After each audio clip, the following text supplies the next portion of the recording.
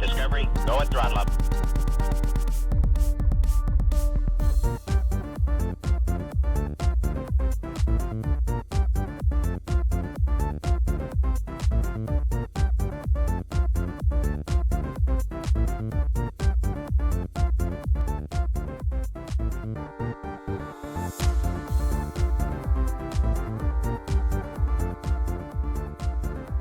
This is my favorite YouTube channel right now.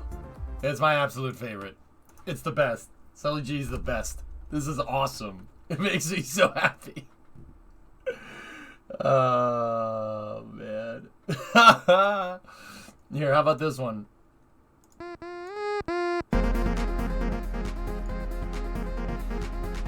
I'm linking the channel now.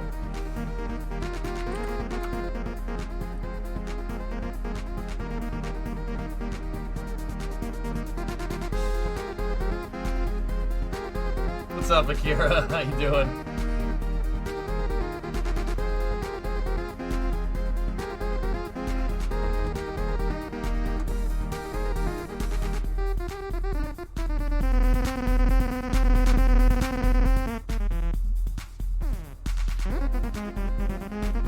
Did I miss the moon mission? We're gonna finish it today, Boring.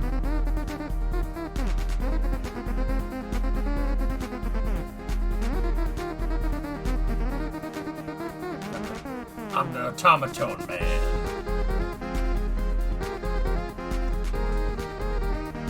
Yeah, Zuba fits, right? It kinda does.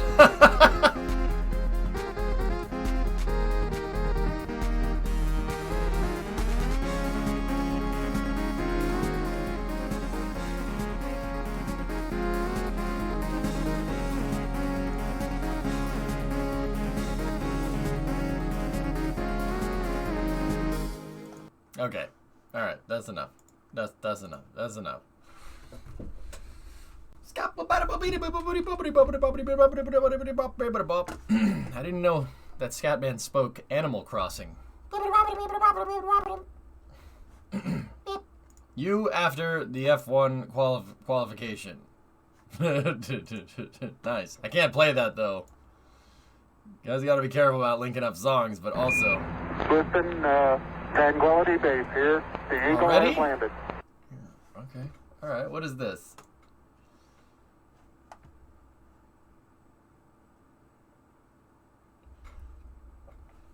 Concerned about penguins. Very cool, EJ, but this does not change the fact that in Antarctica there are 21 million penguins, and in Malta there are 500,653 inhabitants. So if the penguins decide to invade Malta, each Maltese will have to fight 42 penguins. So why did you tip as concerned about penguins? Shouldn't it be concerned about the Maltese?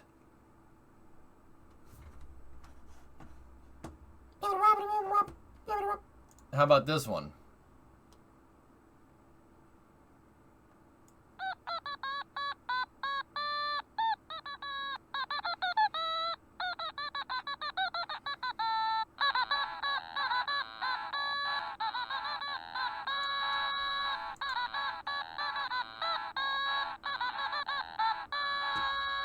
Discovery, go and throttle up.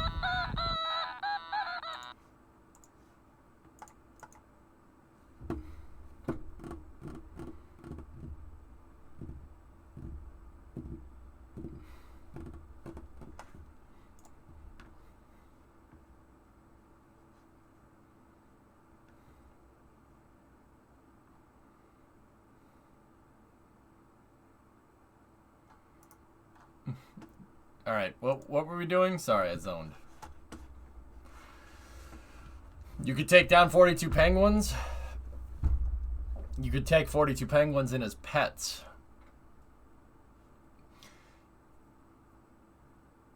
I have a question. What if aliens like landed, like crash landed, and they crash landed in Antarctica?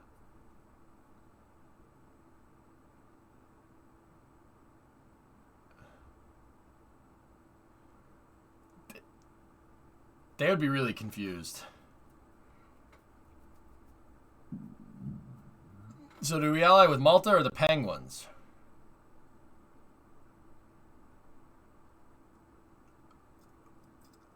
There's a movie about that. Oh yeah, that's right. Ally with Malta or the Penguins? Well, each side needs to be armed. I see a business opportunity, to be honest with you. We should sell them all kinetic energy experiments and let them kill each other and we profit. Is that unethical? That seems unethical. Yeah, maybe we shouldn't do that. That'd be the thing. You know the thing. Yes.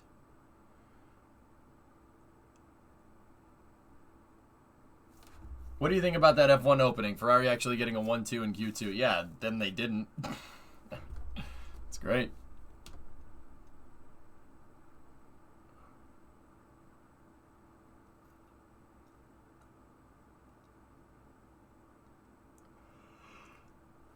But if we use the arms race to make some technological advances, advancements will be lauded as heroes regardless of how many war crimes we enable.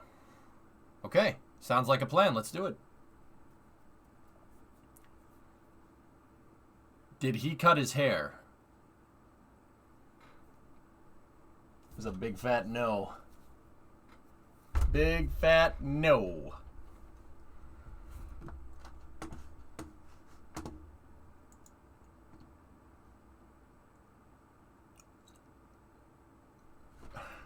Did he shower? Yes.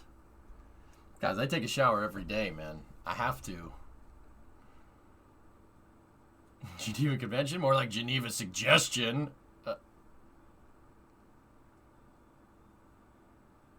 Okay.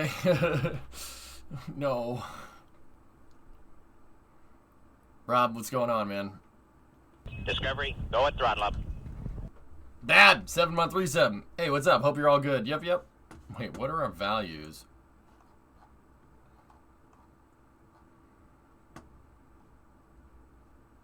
Alright. Any space news around? There's this. Does that help? Kyle took this picture.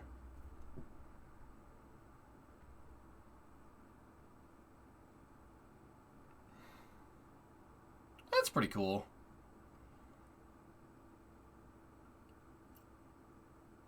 Cool! What is it? What is it?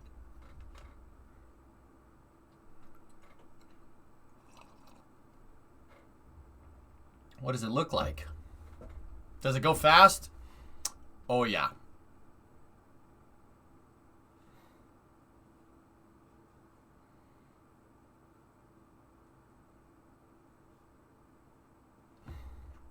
So this is at Cape Canaveral Air Force Station's south entrance. There was a Navajo missile here that was blown over in a hurricane, and Kyle took pictures of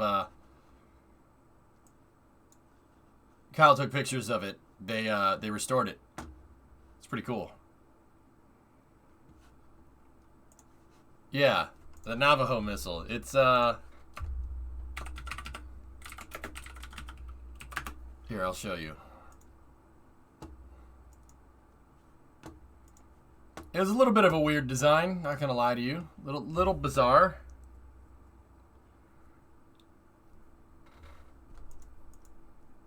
It's, yeah, based off of the V2. Yeah, see, look at that.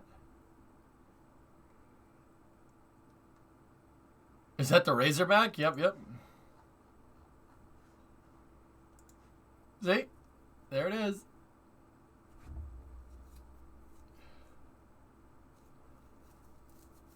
Hey, Kim, what's going on?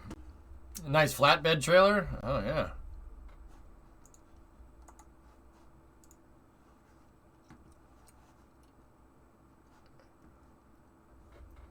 The trash company? Wait, what?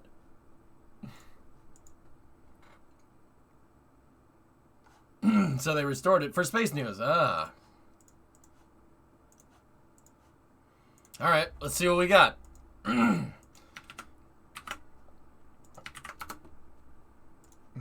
My day is all screwed up, dude. My routine is totally screwed.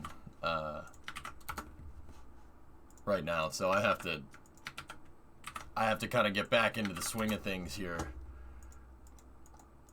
Don't you hate that when you have a day where your routine gets messed up? It gets all confused. And then, like, it takes like an extra second to do everything. That trash company, the crane? Oh, yeah. Yeah.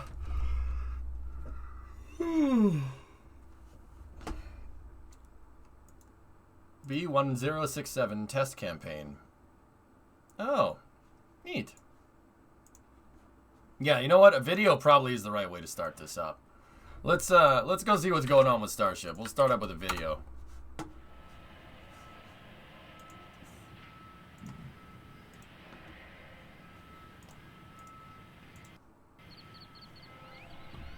I woke up to my Clutchmaster cylinder not working, so you know, that's just fine. No. No, it's not. No. Vickers, I just started. I had a late start today. You like your phone today? I like my phone every day, Gully. Yeah, no. Crazy pictures, dude. Let me just check them again, make sure. Yeah. Yeah, those are cool.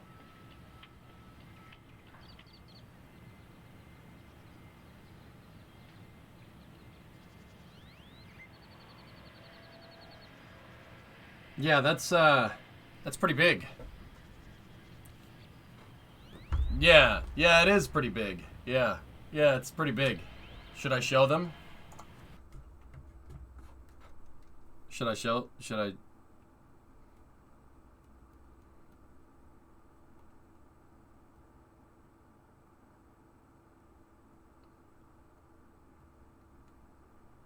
I mean, it's as big as a C5, dude. Should we just... Uh-oh.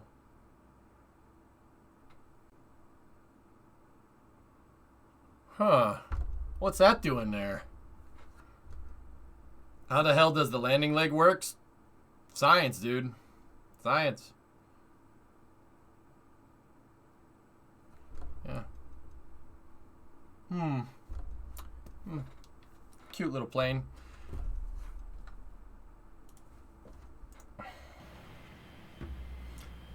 More MS-18 pictures. Got it.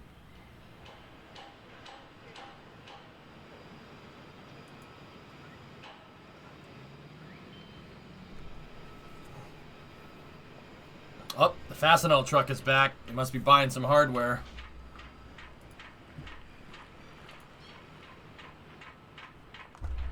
Wait a minute. Oh.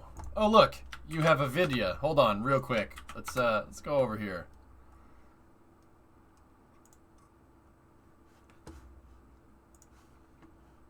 Yeah. It's a large boy. He's large Russian boy. Yep. Not bad. Not bad at all, man.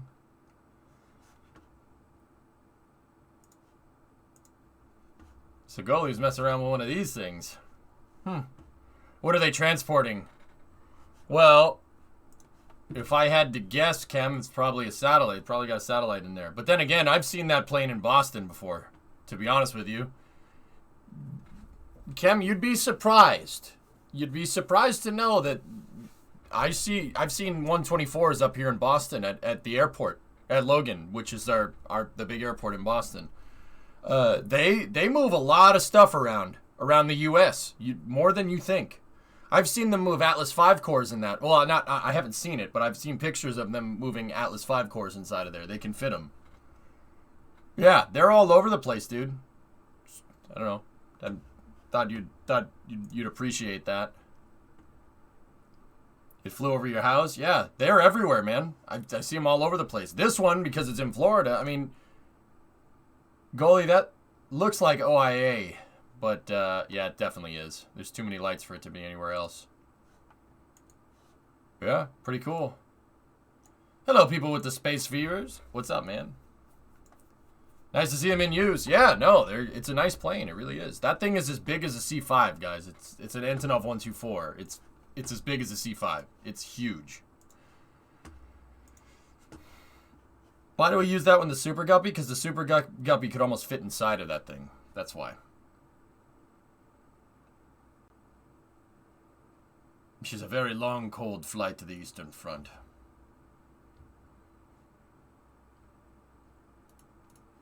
I got it, Brim. Alright, let's go back over here. Let's see what else we got.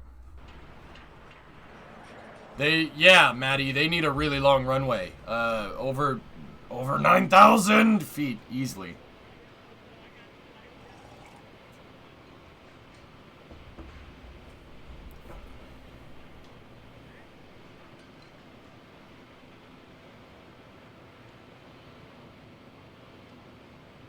Hey, look, counterweights, grain pendants. I know how those work.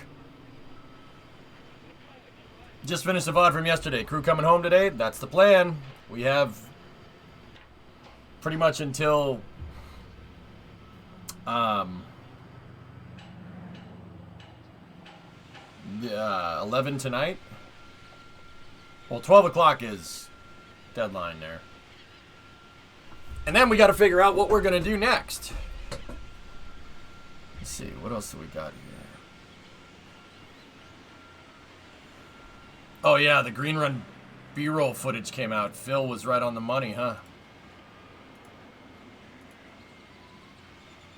Philium Slosserton. Yes. Have you made one in KSP? Yeah, zero B-roll footage from the Green Run. You'll appreciate that. It's Hunt the Streamer tonight? I think so, Geeson, yeah.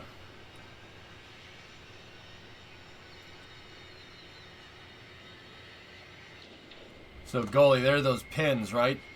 Those are the pins that hold each part of the telescope in place. I've developed BCR version 2. Hi,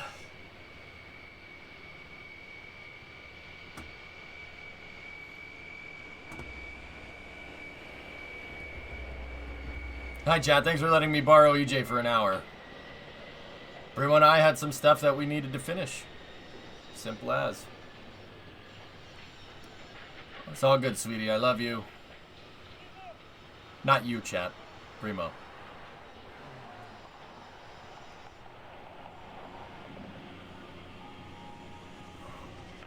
Oh, no. You don't love us? PPG paints. Wait a minute. Because every job matters. Residential, commercial, and industrial. I'm pretty sure that this one is for that last part, where it says industrial. Oh, I love you too. Wait, what?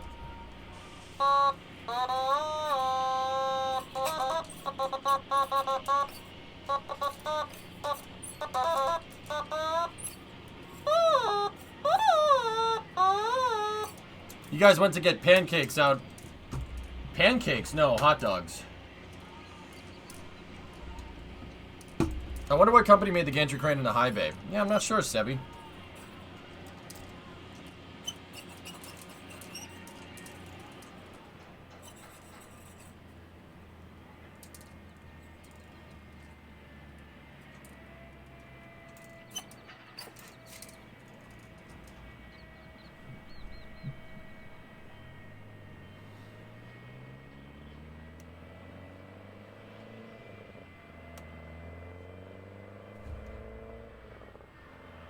Honda. Wait, hold on. Enhance. Kowalski. Analysis. Subaru. Subaru. Hear it? Sounds good. Sounds real good.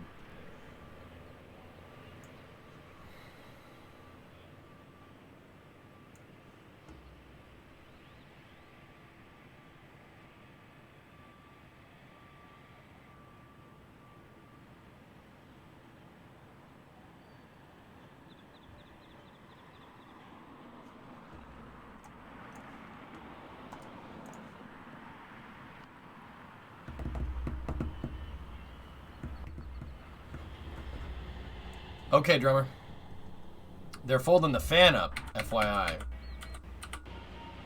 Let me go back and take a look.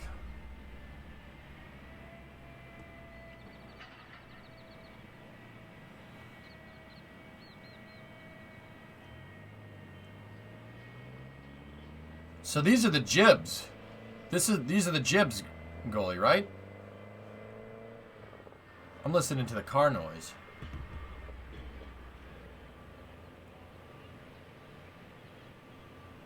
Jesus, drummer. Huh. Now they're loading counterweights onto the SPMT there.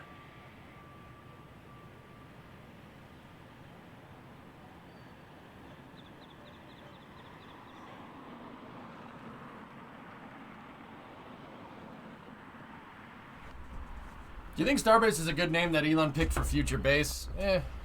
Maybe. Huh. Why would they have counterweights on one side and not the other? Interesting.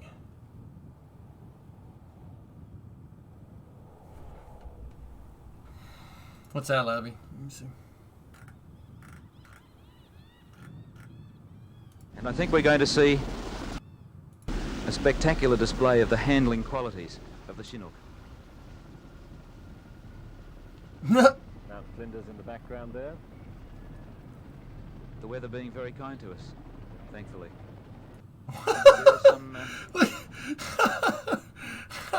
That's funny as hell. The engine part is on one side. Oh, yeah, you're right. The diesel generator. Got it.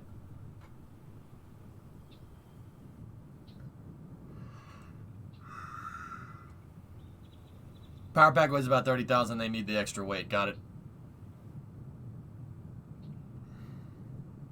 And then they have a double down there. See that? So that means that the power pack, one is on the...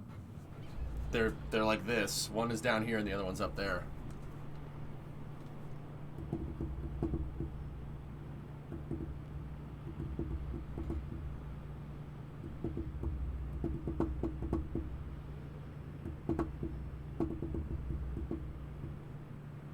Hey, Fighting, what's up?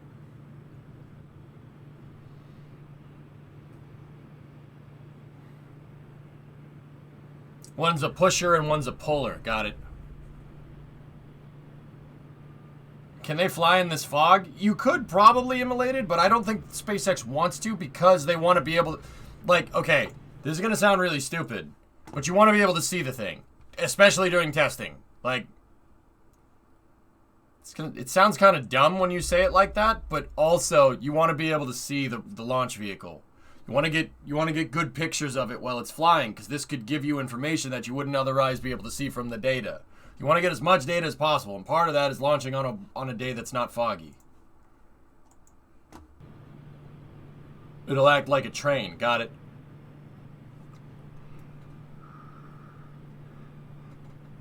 Mustang. Hey, wait a minute. Was that an S197? It doesn't sound dumb to you. Yeah. Ferd. And... Where is it? Where is it? Where is it? Mustang. Toyota. Ew.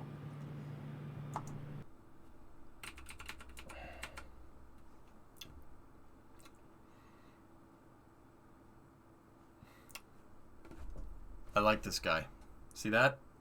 I like this. I like this guy. Mostly because of this part, like right here. See this part? See that part? I like this. I like this part. See? The homeboy's got the stripes up on the top too. That Mustang has an American flag on the roof. The louvers are... you don't need those. The louvers look stupid. I like that. The backing plate with the flag on it, that's cool. You like the louvers? No.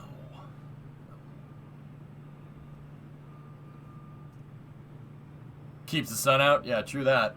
What do louvers do? They keep the sun out?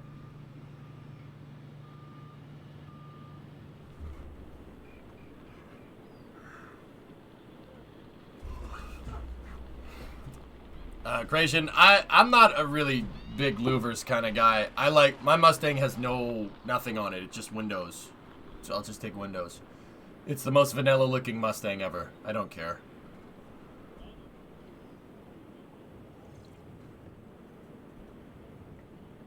Is the ring the thing, the tower? That's gonna be the tower, Spammer, yeah. Launch pad over there, tower right here. It's still under construction, though. I mean, obviously. Yeah, they're just going to launch it like this. One day I'll own a pristine 69 Mustang. Could always buy one from Ford. He ain't that far away from you.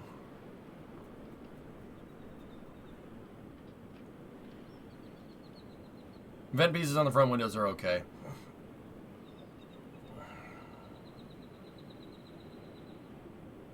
Windows, Linux, it depends on who you're asked. What about fruit? A sailor, Lieutenant Dan got me involved in some kind of fruit company?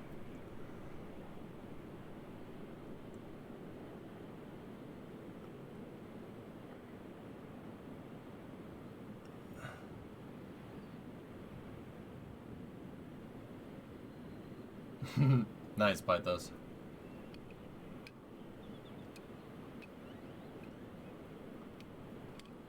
Oh, hey, guy.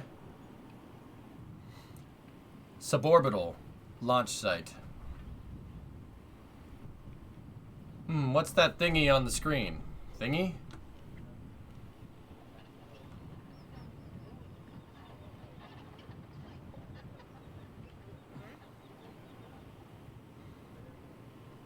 Yeah, real foggy down there. This looks sped up. It is sped up.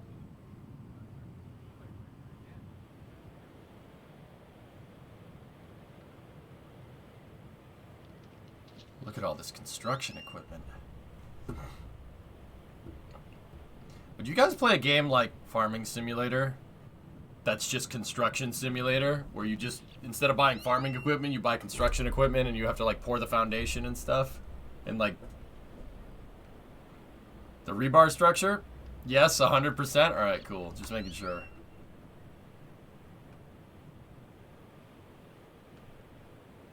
The rebar structure. This is the launch pad. That rebar structure right there, Sawyer, is the launch tower. That's the launch tower. The tower that's going to be next to it. This right here is tank farm paraphernalia. Yes, please. Okay. How about a space program simulator when you have to make all the GSE? Maybe. No, because I do not need another addiction video game. Okay. Random question: what is the body of your headset made out of? Metal. That's why that's why I chose to repair these Black Shark Mark 1s, because it's metal. You can drop it on the floor.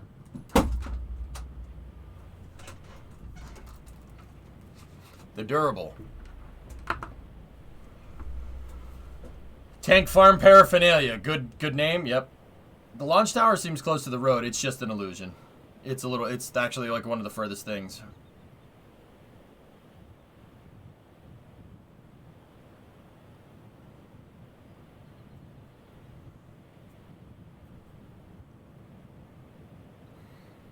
Looking at Monday for Win Hop.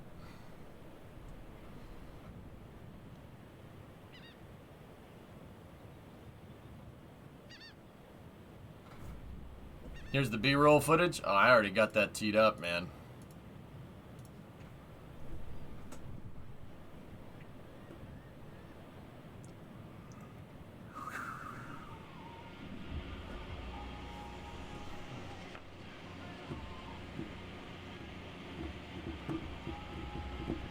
Not too many Ferds out there. Ferds are everywhere. Birds are like the Matrix. They're everywhere. Around us, in this very room right now.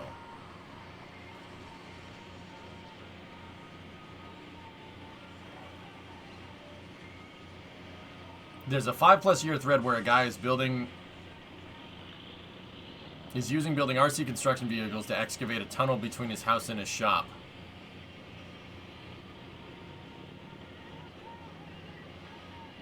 Cool. They're not allowed to test on the weekends, immolated.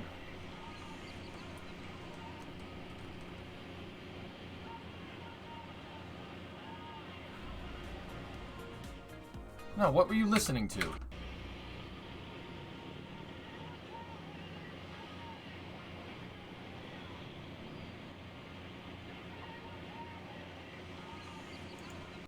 I recognize the song, I just...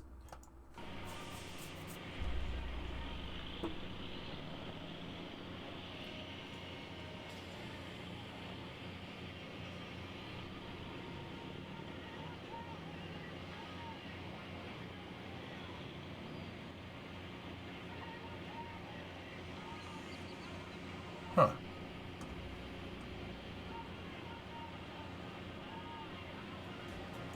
Interesting. I know the song, I just can't put my finger on it. Anyway, so that's what's going on down in Boca Chica. That footage is coming here courtesy of NASA Spaceflight. Nazar Spaceflight. Discovery, go at throttle up. Felipe Nazar Spaceflight. What? Sorry. Anyway. We're gonna jump into the Russian news and then I'll save the green run stuff for the end. Adam! Ciao, come stai? 43-month resub.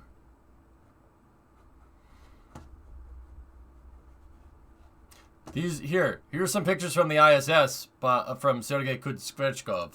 He's a cosmonaut up on the ISS.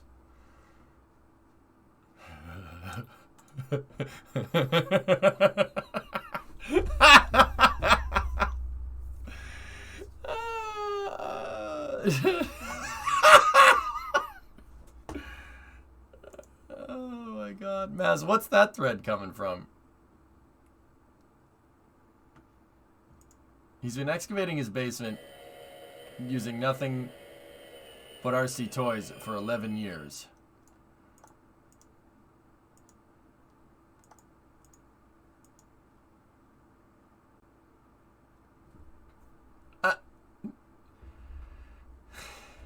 What?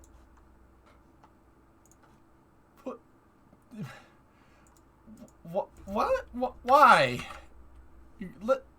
Why would you do that? Alright. Oof.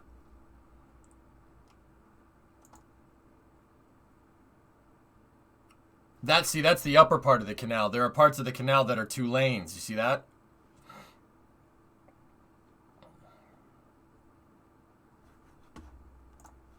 It gets even better.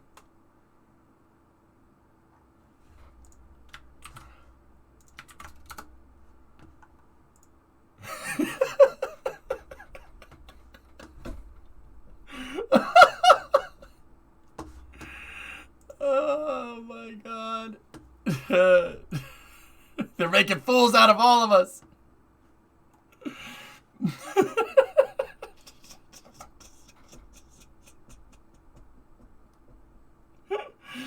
Oh my god, that's funny.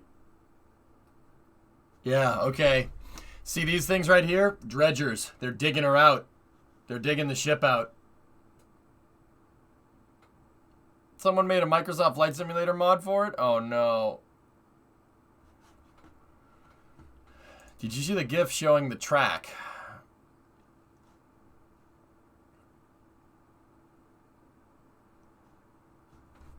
Oh my god, everybody loves talking about this thing. Check out the Maxer pics. Okie dokie.